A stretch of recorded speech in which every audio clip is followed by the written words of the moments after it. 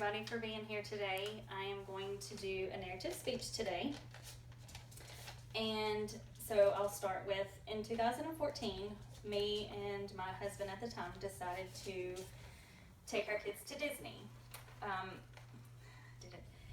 We couldn't decide how we were going to tell them. Like, lots of people do different, like, surprises or, like t-shirts or fun stuff. So we just decided that we were not going to tell them at all until we got there.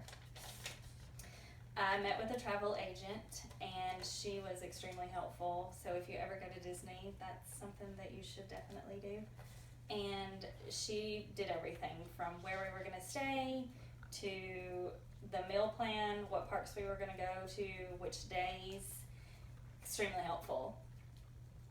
I started packing, and obviously the kids are asking questions about where we're going to go. And I didn't want to tell them, obviously, so we told them that we were just going to go to a friend's house in Florida. So they didn't really ask anything about it. We decided that we were going to leave about 5 o'clock in the afternoon and drive through the night. So we left, we took and dropped our dog off at my mom's, and then started driving. So about 4 o'clock in the morning, we both decided that we were beyond exhausted and could not drive any further. And we stopped in the middle of some random hotel in Georgia. We didn't even change our clothes, we didn't unpack. We slept on top of the cover, just enough to get some rest because we were done driving for the day. We got up the next morning, had breakfast, and started driving again. We were about 4 hours away from Disney at this point, so the kids were getting anxious, wanting to know where we were going. If you've ever been to Disney, you know that once you get closer, you start to see signs of Disney, Legoland, all the fun stuff. And so my oldest was 11 at the time, so he can read. And my youngest was 4. She obviously couldn't read at the time, but he started looking around, and I could see kind of him getting excited, and he was like, how much longer are we going to be? And we're like, oh, just a little bit longer. There was a sign that said Disney 25 miles, and so from that point he started watching pretty much every sign that we passed. When we got off the exit to go to Disney, I turned on my phone to record them, and I looked at him and I asked him if he knew where we were going, and he was like, we're going to Disney. And I was like, yep. And so I asked Ella, my little girl, if she knew what we were doing. And she's like, we're going to Disney World? She was so excited. It was the best reaction.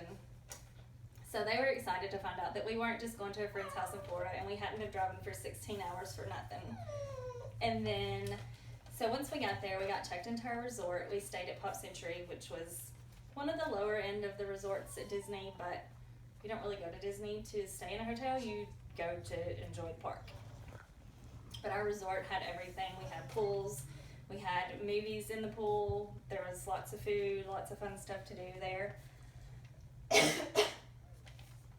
So the first day, we decided we were going to go to Magic Kingdom first.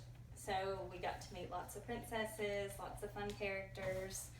The boys were kind of bored at Magic Kingdom because it's not really fun stuff for boys to do. So we get back to our resort later on that night, and I walk into the stroller and break my toe. So I have to spend the next 3 days walking around Disney with a broken toe. Thankfully, I had a good pair of tennis shoes that helped me survive. The second day, we went to Animal Kingdom. Animal Kingdom was not my favorite, but seeing the animals, and they had some really good shows there. There's like it's kind of like puppets, but lots of people on stilts and lots of fun colors and fun music. So I think they really enjoyed that. That was probably my favorite part of Animal Kingdom. And on the third day, we went to Hollywood. All the kids liked Hollywood because everything is movie themed. We got to watch some Indiana Jones, like little stunt, like they were doing for a movie, I guess. So that was really cool. And then they have a light and water show at night. And that was probably one of my favorite things through the whole trip. And then we went back to Magic Kingdom for the last day. And that's the day that I stood in line for an hour and a half holding a sleeping baby so she could meet Elsa. Before that, she had gone to Cinderella's castle, where they do your hair and give you the little tiara. And she told me before she fell asleep in line, she told me that she was going to give her crown to Princess Elsa. And I was like, it's your crown, it's whatever you want to do. So when we got there, the first thing she did was she walked up to her and she gave her crown. And she's like, oh, what is this? And she was like, I want you to have it. And she thought that was really sweet. And so I think that was probably her favorite thing about the whole trip. And so then the last day, of course, we just went to downtown Disney and kind of explored that and the different shops and stuff that they have there. And that was kind of cool too. And then it was time to go home, which was not fun. Of course, the drive home is awful. We got a speeding ticket in Georgia, so that definitely put a damper on the rest of the trip home. But if you ever want to take a trip to Disney, I highly recommend getting a travel agent, because they can help you make decisions and they know things that it's hard to do research on yourself for something that big unless you've been a bunch of times.